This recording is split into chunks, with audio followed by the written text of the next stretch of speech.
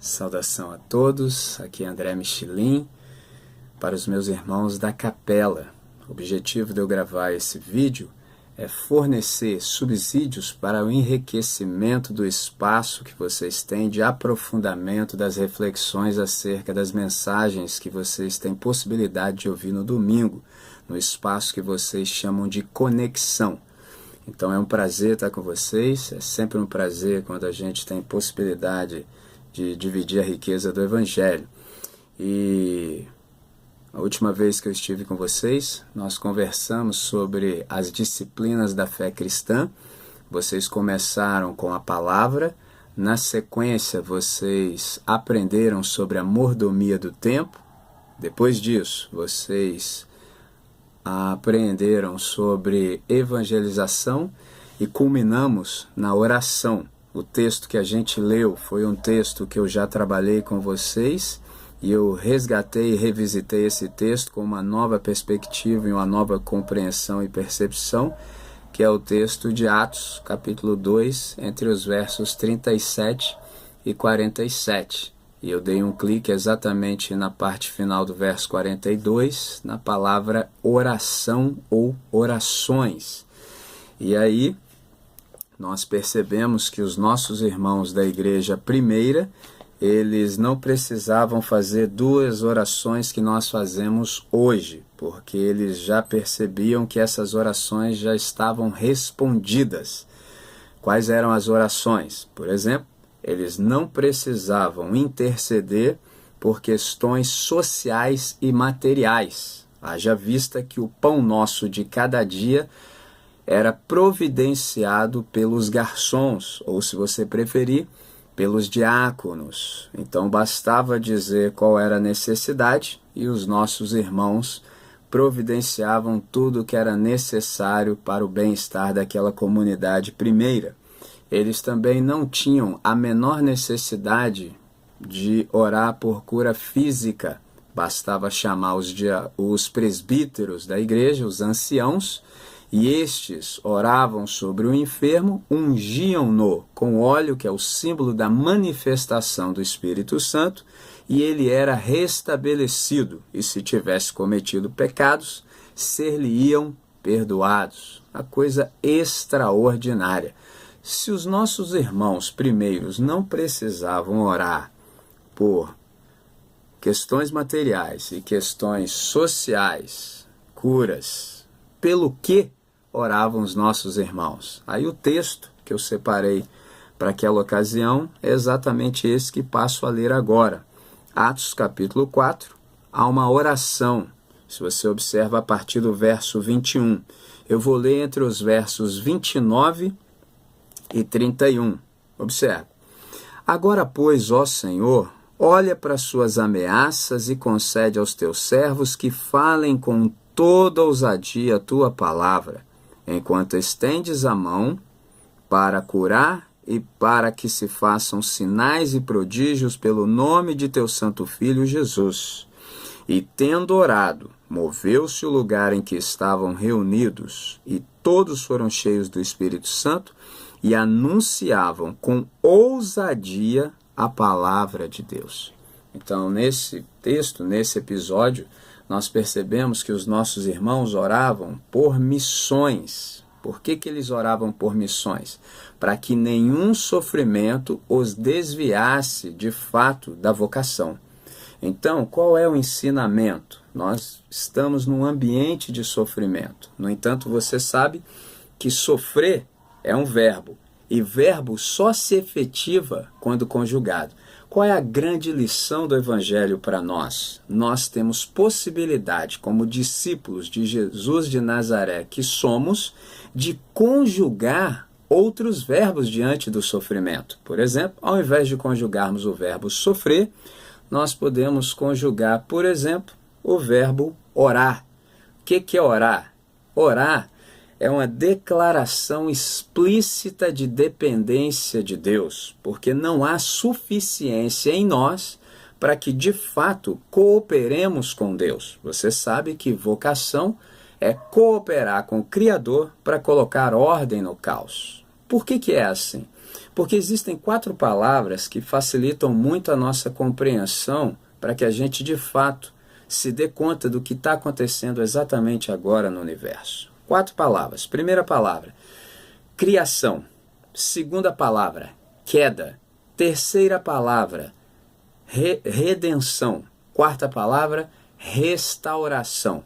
Exatamente agora, todos nós que somos discípulos e discípulas de Jesus de Nazaré, estamos concitados a cooperar com Deus para colocar ordem no caos. Estamos sendo chamados, temos o privilégio de participarmos com Deus na obra de redenção, enquanto aguardamos a restauração de todas as coisas nessa nova realidade que a Bíblia Sagrada chama de novo céu e nova terra, nos quais habitam a justiça. Nós temos o privilégio de participarmos com Deus nesse movimento de redenção. Isso é fantástico, porque você sabe que a igreja é a única sociedade, é o único organismo capaz de oferecer respostas às necessidades da humanidade. A igreja é o espaço, é o ambiente em que a sociedade, a cidade encontra paradigmas. Quando ninguém mais souber que rumo tomar e o que deve ser feito, eles devem participar conosco das nossas reuniões, que aí sim eles saberão, porque nós andamos na luz, nós sabemos o que está acontecendo no universo e nós participamos com Deus no restabelecimento da ordem. Nós cooperamos com Deus para colocar ordem no caos. E é por isso que tão somente a gente ora a Deus, porque nós não temos suficiência em nós mesmos para fazermos o que deve ser feito. Aliás, a gente até sabe o que deve ser feito. Eu me lembro de um best-seller, de um irmão chamado Charles Sheldon, que o título é interessante, mas está equivocado. O título é assim: Em seus passos, o que faria Jesus? Bom, o que Jesus faria, a gente já percebeu pelo Evangelho. O que a gente não sabe é como Jesus faria exatamente hoje, aqui e agora. Por exemplo, quando nós olhamos para a nossa tradição, e você sabe que tradição é uma coisa boa, tradição é a fé viva daqueles que já morreram, ao passo que tradicionalismo é a fé morta daqueles que ainda vivem.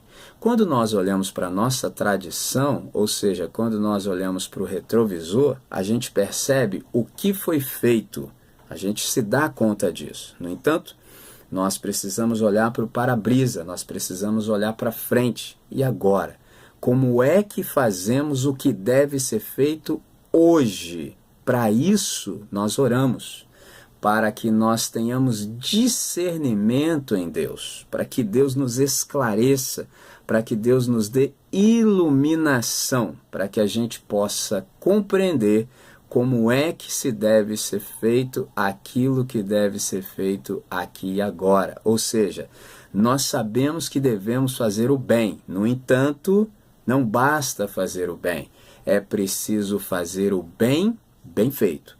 E a única maneira de se fazer o bem, bem feito, é se nós tivermos o esclarecimento do Todo-Poderoso, aquele que é o sumo bono. Então é por isso que nós oramos. Nós oramos porque nós temos essa necessidade. E é interessante que a oração, ela é uma interação equilibrada de adoração, de confissão, de agradecimento e de súplica. E como eu disse há pouco, nós oramos porque na oração nós manifestamos a nossa dependência explícita de Deus. Por exemplo, existe uma irmã nossa chamada Avian Blackman Moore, que disse assim: assim como os pulmões precisam de ar, a alma precisa orar. Então nós oramos porque essa é uma necessidade vital que a gente tem. Por exemplo, algumas pessoas podem estudar porque o seu cérebro está com fome de conhecimento, mesmo conhecimento da Bíblia. Mas aquele que ora, ora porque a sua alma está com fome de Deus. Eu aprendi isso com um irmão nosso do passado, chamado Leonard Ravenhill. pessoas de Deus, pessoas extraordinárias. Oração, como eu disse há pouco, é esse reconhecimento explícito de insuficiência e dependência.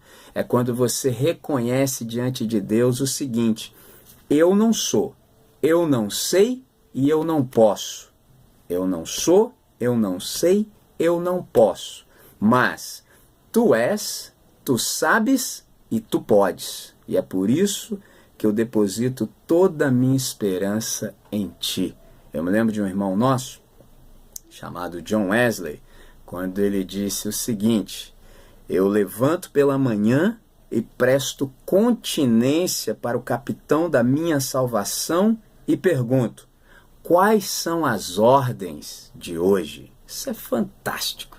Quando nós fazemos isso, a gente não tem perda de tempo na existência e nem desperdício vocacional. Fantástico, porque nós saberemos onde Deus nos quer e como Ele quer fazer o que deve ser feito a partir de nós, em nós, através de nós e, sobretudo, a despeito de nós. Então, orar não é perder tempo. Orar, na verdade, é remir o tempo, é fazer o melhor uso do tempo.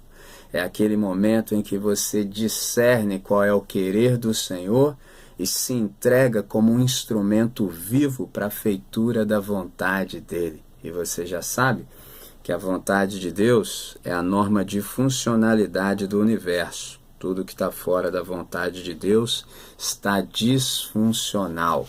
Qual é a boa notícia do Evangelho?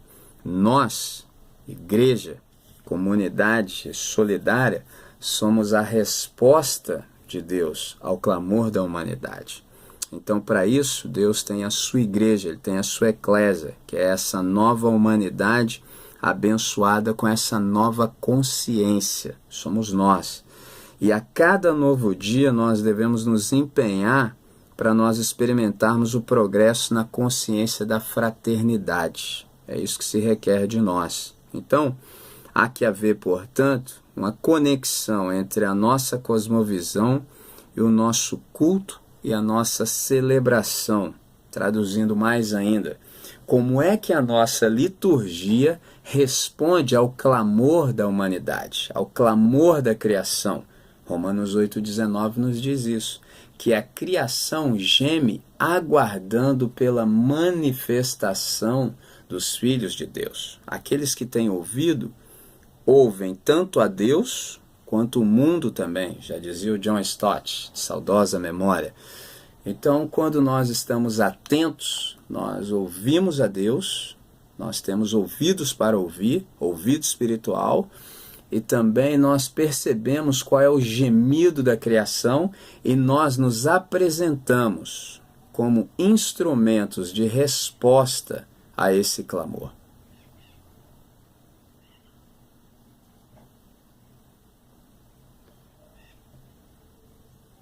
Deixa eu dar uma pausa, eu vou continuar. E nós nos apresentamos como resposta a esse clamor. Para que nós nos apresentemos, é necessário que estejamos sintonizados. Então, para que haja eficiência, por exemplo, na oração, é preciso que a gente queira o que Deus quer. E a única maneira de nós querermos o que Deus quer é se houver, de fato, essa transformação na nossa coleção de desejos.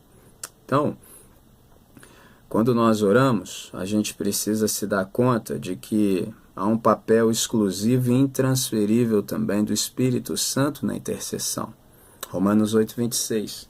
Por uma razão muito simples e óbvia. Nós não sabemos orar como convém, mas o Espírito Santo intercede por nós com gemidos inexprimíveis, porque Ele sabe qual é a mente do Senhor. Então, quem ora por nós, na verdade, é o Espírito Santo. É Ele que faz essa adequação entre o que nós falamos e, de fato, aquilo que Deus quer. Então, nessa oportunidade, era isso que eu queria deixar para a reflexão dos irmãos, no sentido de encorajá-los à oração. Qual oração? A oração por não.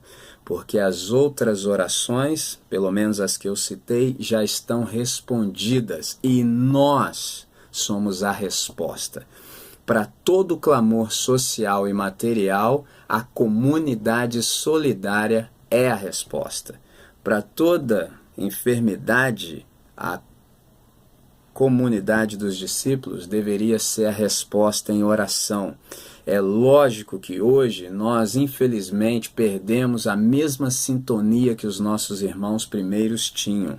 Eles não precisavam orar por necessidade de saúde, porque eles estavam numa conexão tão extraordinária com o Pai, que eles sabiam qual era a vontade do Pai para aquele que estava enfermo e por isso oravam como oravam. Nós hoje, um caminho sensato é sempre orarmos conforme a vontade de Deus. É a coisa mais sensata a se fazer e é aquilo que nós praticamos conforme a nossa tradição.